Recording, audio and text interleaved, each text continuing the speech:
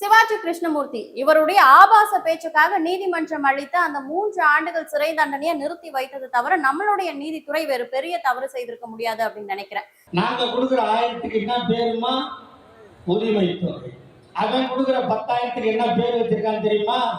என்ன பேருமா? கருணை தொகை. இவர் பெரிய எலிசபெத் மகாராணி பேரன்.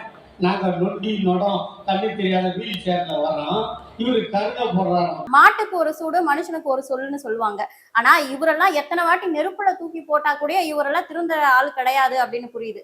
ஏன்னா மாற்றுத்திறனாளிகள், அதாவது தன்னுடைய ஒரு உறுப்பையே இழந்ததுக்கு அப்புறம் கூட அதை ஈடு செய்ய தன்னம்பிக்கையை வைத்து வாழ்க்கையை நடத்தி வரக்கூடிய அவங்கள கூட ஊனம், குருடு, செவிடுன்னு சொல்லி ஒரு பொது மேடைகள் அசிங்கப்படுத்தி பேசக்கூடிய இந்த ஆள் இது வரைக்கும் நம்மளுடைய திறன்பேசி ஊடகத்துல எந்த ஒரு தலைவரையும் எந்த ஒரு நபரையும் ஒருமையில பேசினதே கிடையாது. ஆனா இவரெல்லாம் இதற்கு முன்னாடி பேசிய பேட்டிகள்லயும் அந்த பேச்சுக்களையும் ஏன் ஒருமையில பேசாம அவர்கள் மரியாதை கொடுத்து பேசணும் அப்படின்னு அசிங்கப்படக்கூடிய ஒரு சூழலை தான் திருப்பி திருப்பி இவர் உருவாக்கிட்டே இருக்காரு.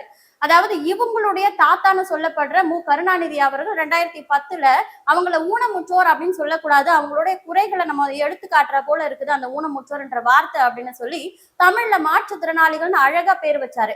ஆனா அந்த பேர் கூட இவங்களுக்கு தெரியல. இவங்களுடைய வரலாறு, நம்மளுடைய தாத்தா தான் இந்த பேரை வைத்தாரு அப்படின்றது கூட தெரியாம, அதாவது இபிஎஸ் அவர்கள் கொடுக்கக்கூடிய அந்த கருணை தொகை 10,000 ரூபாய், எங்களுக்கு கருணை தொகை இவரு கொடுக்குறாரா? இவர் என்ன எலிசபெத் மகாராணியோட பேரனா? இல்ல நாங்க தான் செவிடு, குருடு, கண்ணு தெரியாம வீல் சேர்ல வரோமா அப்படின்னு சொல்லிட்டு மாற்றுத்திறனாளிகளை இழிவுபடுத்தும் வகையில இவருடைய பேச்சு அமைஞ்சிருக்கு. நீங்க ஒரு குருடோ, செவிடோ, இல்ல வீல் சேர்ல வர அளவுக்கு மாற்றுத்திறனாளிகளோட உங்களை கம்பேர் பண்ண தேவையில்லை. ஏன்னா உங்களை விட அவங்க எவ்வளவோ அறிவில் சிறந்தவர்கள், அவங்களுடைய நடத்தையில சிறந்தவங்க.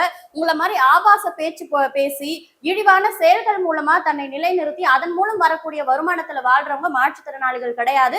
உறுப்பையே இழந்ததற்கு பின்னும் கூட தன்னம்பிக்கையை ஈடு செய்து வாழக்கூடிய அவங்களை எந்த இடத்துல இழிவு பண்ணி பேசுறத யாராலும் பொறுத்துக்க முடியாது, என்னால பொறுத்துக்க முடியாது அப்படின்றத சொல்ல வரேன்.